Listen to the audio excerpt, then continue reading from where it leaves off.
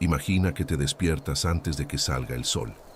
No hay alarma, no hay luz eléctrica, no hay nada más que el frío húmedo de la madrugada en Galilea y el olor a ceniza del fuego que apenas empieza a encenderse.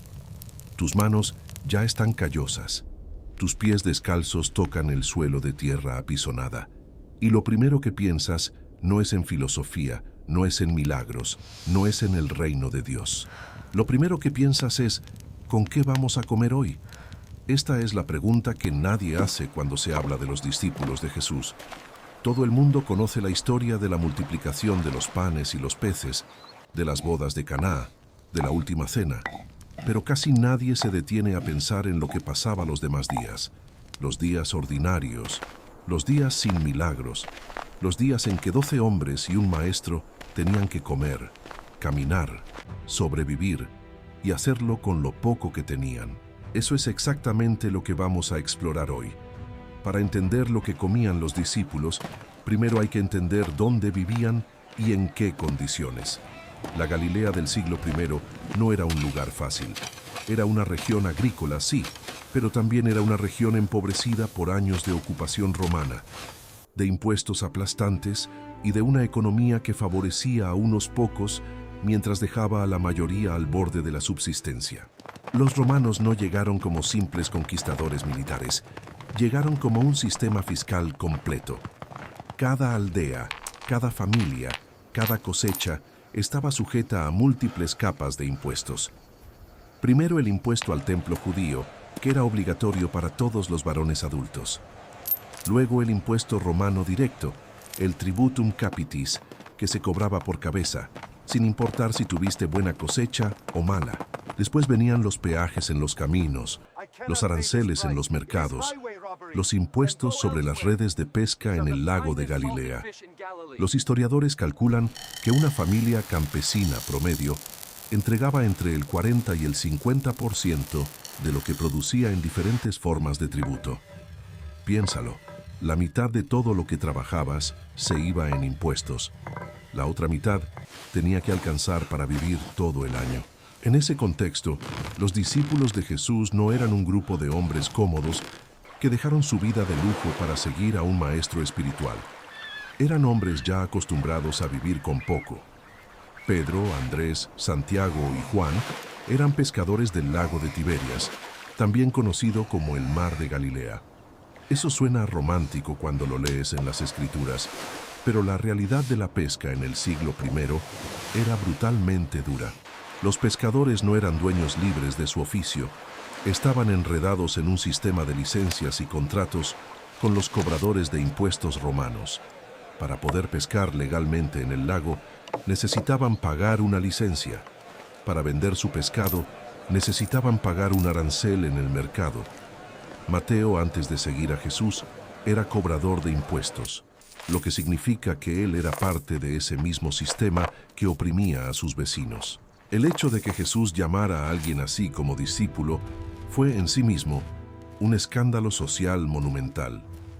Cuando estos hombres dejaron sus redes y sus mesas de cobro y empezaron a seguir a Jesús por los caminos de Galilea, Samaria y Judea, su alimentación dependía de varias cosas: lo que la gente les ofrecía voluntariamente, lo que podían comprar con los fondos comunes que guardaba Judas Iscariote, según el Evangelio de Juan, y lo que la tierra misma ponía a su disposición en los caminos.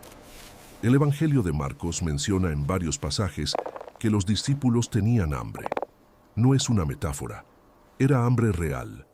En el capítulo 2, los fariseos los critican porque mientras caminaban por los sembradíos en sábado, arrancaban espigas de trigo para comer. Este detalle, que muchas veces se lee rápido porque el punto teológico del pasaje está en otra parte, es en realidad una ventana enorme hacia la realidad de su vida cotidiana. Estaban tan hambrientos que arrancaban espigas crudas mientras caminaban y las comían así, sin cocer, sin preparar, frotándolas entre las palmas para separar el grano de la cáscara. El pan era el centro absoluto de la alimentación en esa región y en esa época. No era el pan esponjoso y suave que conocemos hoy. Era un pan plano, denso, hecho de harina de cebada o de trigo, mezclada con agua y sal, fermentada con un poco de masa madre que se guardaba de una hornada a la siguiente. La cebada era el grano del pobre. El trigo era más caro, más difícil de cultivar y era considerado un alimento de mejor calidad. Una familia que comía pan de trigo todos los días era una familia con recursos. La mayoría comía pan de cebada y muchas veces ese pan estaba hecho con harinas mezcladas, a veces incluyendo leguminosas molidas para estirar la harina cuando el grano escaseaba. El proceso de hacer pan era un trabajo diario que recaía casi completamente sobre las mujeres. Moler el grano era una tarea que podía tomar varias horas cada día. Se hacía con dos piedras circulares, la muela inferior fija y la superior giratoria, y el esfuerzo físico era considerable. Las excavaciones arqueológicas en sitios del período del Segundo Templo han encontrado molinos de mano en prácticamente cada casa excavada, lo que confirma que moler era una actividad doméstica central y constante. Además del pan, las aceitunas y el aceite de oliva eran fundamentales. La región de Galilea tenía una producción importante de aceite de oliva, y este aceite servía para casi todo: cocinar, preservar alimentos, iluminar las lámparas, hidratar la piel. Las aceitunas se comían directamente, curadas en sal o en salmuera, y eran una fuente de grasa y calorías accesible para la gente común. El aceite de oliva se obtenía en prensas comunales que pertenecían a los pueblos o a terratenientes que cobraban por su uso. Un campesino que tenía olivos propios podía llevar su cosecha a la prensa, pero una parte del aceite producido quedaba como pago por el uso del equipo. Otra forma de extracción popular entre los pobres era simplemente aplastar las aceitunas con los pies o con piedras y recoger el aceite que escurría. Un método mucho menos eficiente, pero que no requería acceso a la prensa comunal. Las legumbres eran otro pilar de la dieta. Los lentejos, los garbanzos y las habas se cultivaban ampliamente y eran una fuente crucial de proteína para quienes no podían permitirse carne con frecuencia. El potaje de lentejos era tan común en esa región que aparece en el Antiguo Testamento como algo tan ordinario que Esaú lo cambió por su primogenitura. Y ese detalle refleja una realidad cultural. Los lentejos eran comida de todos los días, comida humilde, comida de supervivencia. Se cocían en agua con cebolla, ajo, aceite de oliva y hierbas silvestres como el eneldo, la menta o el comino. El resultado era un guiso espeso y nutritivo que podía alimentar a varias personas con ingredientes baratos. Los arqueólogos han encontrado semillas carbonizadas de lentejos, garbanzos y habas en excavaciones a lo largo de toda la región, lo que confirma que estas legumbres formaban parte central de la dieta de las clases populares durante el período del Segundo Templo. El pescado era importante, pero no siempre fresco. El lago de Galilea producía varias especies de peces, entre ellas el ahora famoso tilapia, que algunos llaman erróneamente el pez de San Pedro. Aunque los estudios de los restos de fauna encontrados en sitios arqueológicos del período muestran que las especies más comunes en la pesca comercial eran las sardinas pequeñas y el tristramella, una especie ya extinta.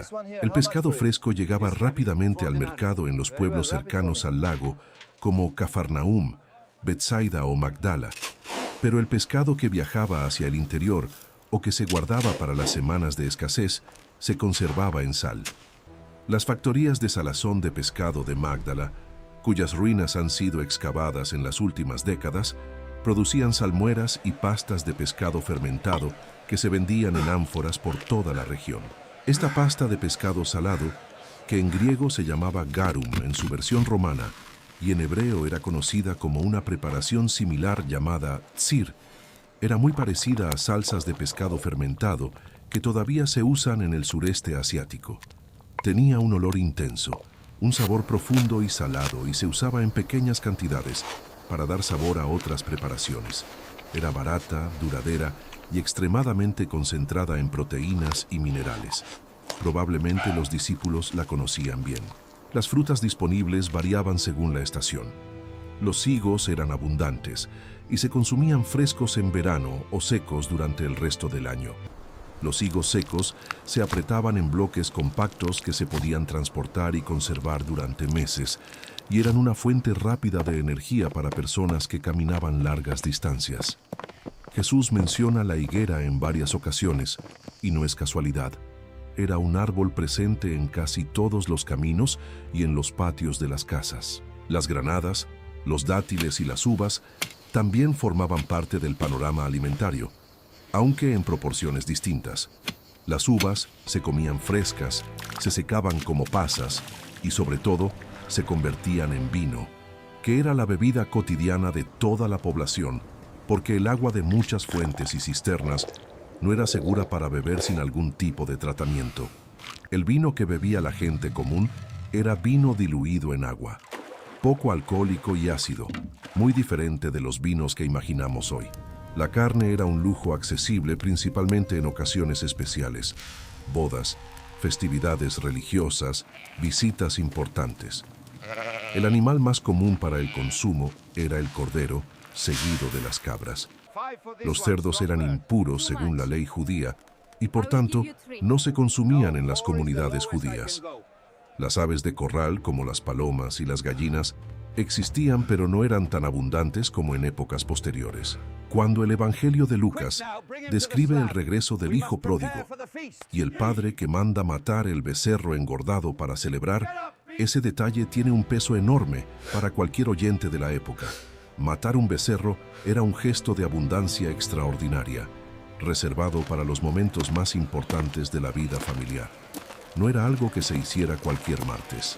Los discípulos que recorrían los caminos con Jesús dependían en gran medida de la hospitalidad de las comunidades que visitaban.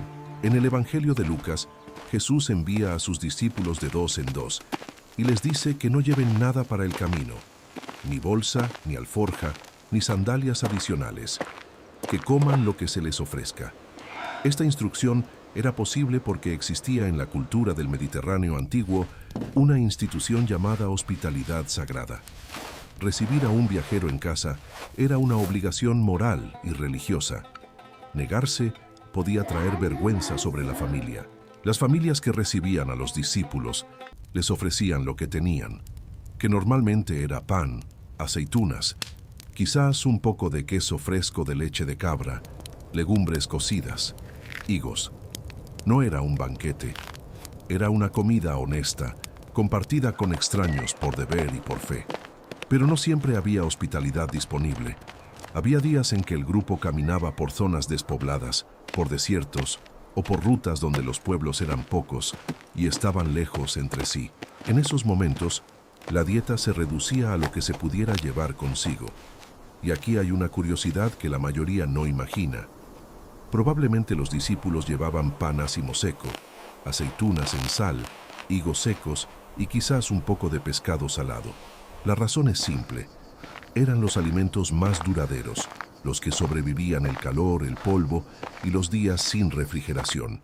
El pan ácimo sin levadura era más seco y duro que el pan fermentado, pero se conservaba por más tiempo sin enmohecerse. Era el pan del caminante, el pan del ejército, el pan del que no tiene casa fija. Las condiciones sanitarias de la alimentación en esa época presentaban riesgos que hoy nos costaría imaginar. Sin refrigeración, sin conservantes modernos, sin comprensión de la bacteriología, los alimentos se echaban a perder rápidamente, especialmente en el calor del verano en Galilea y Judea, donde las temperaturas podían superar los 40 grados centígrados en los meses más calurosos. Las infecciones intestinales eran extremadamente comunes. Los parásitos intestinales eran casi universales en la población. Los estudios de restos humanos de este periodo y región han encontrado evidencia de múltiples tipos de parásitos en prácticamente todas las muestras analizadas. Significa que la mayoría de las personas vivían con algún grado de parasitosis crónica, lo cual afectaba la absorción de nutrientes y contribuía a estados generalizados de debilidad y desnutrición leve.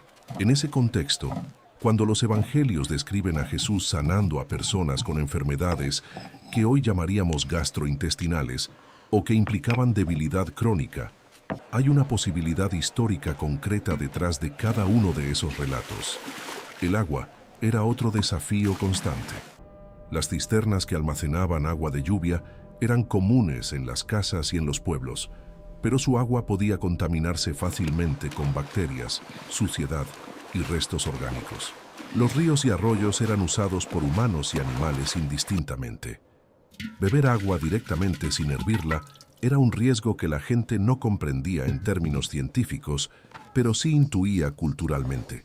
Por eso el vino diluido era la bebida preferida, porque el alcohol, aunque fuera en pequeñas cantidades, actuaba como conservante y reducía la carga bacteriana del líquido. Cuando no había vino, se usaba vinagre diluido en agua, una bebida llamada posca, que era la bebida de los soldados romanos y de los trabajadores pobres. Ese mismo vinagre que los soldados ofrecieron a Jesús en la cruz no era una crueldad específica, era simplemente lo que ellos mismos bebían todos los días. Lo que la ciencia moderna ha redescubierto sobre esta dieta es fascinante. Los investigadores en nutrición y longevidad han encontrado que los patrones alimentarios del Mediterráneo antiguo, con su énfasis en legumbres, aceite de oliva, verduras, frutas secas, pescado y granos integrales, son extraordinariamente saludables desde el punto de vista cardiovascular y metabólico. La llamada dieta mediterránea que los nutriólogos celebran hoy como uno de los patrones alimentarios más saludables del mundo es básicamente una versión modernizada y con más abundancia de lo que comía un campesino galileo del siglo I. La diferencia es que el campesino galileo no la seguía por elección ni por convicción científica. La seguía porque era lo que había y lo que podían pagar. Su dieta era restrictiva por necesidad, no por virtud. Y sin embargo, esa restricción contenía una sabiduría nutritiva que tardamos 2000 años en redescubrir. Hay otro aspecto que casi nunca se menciona cuando se habla de los discípulos y su alimentación: el ayuno. En la cultura judía del siglo I, el ayuno era una práctica religiosa regular. Los fariseos ayunaban 2 veces por semana, los lunes y los jueves. Muchos grupos dentro del judaísmo del período del Segundo Templo tenían prácticas de ayuno como parte de su piedad personal. Esto significa que en muchas ocasiones los días de escasez no eran vividos como fracasos o sufrimientos, sino dentro de un marco cultural y espiritual que les daba sentido. Cuando no había comida, no necesariamente era una crisis emocional. Podía ser simplemente un día de ayuno. Esta resignificación del hambre dentro de un contexto espiritual es algo que la psicología moderna ha estudiado como un mecanismo de resiliencia cultural que permitía a las poblaciones pobres sobrevivir con dignidad en condiciones que de otro modo serían desesperantes. También hay que pensar en las mujeres que acompañaban al grupo. El Evangelio de Lucas menciona explícitamente a varias mujeres que seguían a Jesús y que lo servían con sus bienes: María Magdalena, Juana la esposa de Chuza, Susana y muchas otras. Estas mujeres no eran figuras pasivas ni decorativas, eran parte activa de la logística del grupo. Eran ellas quienes probablemente gestionaban las provisiones, quienes negociaban con los mercaderes en los pueblos, quienes preparaban los alimentos cuando había ocasión de cocinar, quienes sabían dónde había una fuente limpia o cuánto costaba una medida de harina en cada mercado de cada pueblo. Su trabajo invisible era lo que mantenía al grupo funcionando, y sin embargo, sus nombres apenas aparecen, y sus tareas cotidianas no merecen ninguna descripción detallada en los textos. Son los grandes personajes invisibles de la narrativa evangélica. Pensar en todo esto cambia algo en la manera en que se lee la historia. Cuando el Evangelio de Juan describe a Jesús diciéndole a sus discípulos en la última cena que Él es el pan de vida, ese lenguaje no era una metáfora abstracta para gente que comía pan 3 veces al día, que pensaba en el pan desde que se levantaba antes del amanecer para moler el grano, que conocía el hambre real, que había arrancado espigas crudas en un campo ajeno porque no había otra cosa que comer. El pan no era un símbolo bonito, era supervivencia. Era el centro gravitacional de toda la economía doméstica. Era lo primero que se buscaba Y lo último que se dejaba ir, decir que alguien es el pan de vida en ese contexto, era decir algo visceral, urgente, concreto. Era hablar en el idioma más fundamental que existía. Y hay algo profundamente humano en reconocer eso, porque detrás de cada pasaje iluminado por la teología, detrás de cada milagro registrado con asombro, había una realidad cotidiana hecha de manos callosas, de fuegos encendidos antes del amanecer, de panes planos cocidos sobre piedras calientes, de aceitunas aplastadas, de pescado salado, de agua que a veces no era segura, de hambre que a veces no tenía respuesta y que se llamaba ayuno para sobrellevarse con dignidad. Los discípulos no eran figuras de vitral, eran hombres y mujeres de carne y hueso que tenían que comer todos los días, que se cansaban, que tenían frío en las noches del desierto y calor aplastante al mediodía en los caminos de Judea, que a veces tenían suficiente y muchas veces no. Y en medio de todo eso seguían caminando. Hay una lección silenciosa en esa realidad que no necesita interpretación religiosa para ser poderosa. Las civilizaciones no las construyen solo los grandes líderes, los reyes, los profetas, los conquistadores. Las construyen también las manos que muelen el grano antes del amanecer, los pies que caminan horas para llegar al mercado, las mujeres que saben estirar una olla de lentejas para alimentar a 12 personas cuando había ingredientes para 6. Los pescadores que saben cuando el viento cambia en el lago y hay que recoger las redes antes de que llegue la tormenta. Esa inteligencia práctica, esa sabiduría del cotidiano, esa capacidad de sostener la vida cuando todo conspira para hacerla imposible, es tan parte de la historia como cualquier milagro y merece ser contada. Si llegaste hasta aquí, te pido que dejes en los comentarios cuál fue el detalle que más te sorprendió de la vida cotidiana de los discípulos. ¿Sabías lo que comían realmente? ¿Imaginabas las condiciones tan difíciles en que vivían? Tu comentario me ayuda a saber qué historias como esta quieres ver más seguido. Dale like si este tipo de contenido histórico te parece valioso y suscríbete si quieres seguir descubriendo los detalles que los libros de historia no cuentan. En el próximo video, vamos a explorar algo igual de sorprendente. Cómo vivían las mujeres de Jerusalén en la semana de la Pascua, qué preparaban, qué olía en las calles del mercado y qué significaba para una familia pobre celebrar la fiesta más importante del año cuando apenas alcanzaba para comer. No te lo vas a querer perder.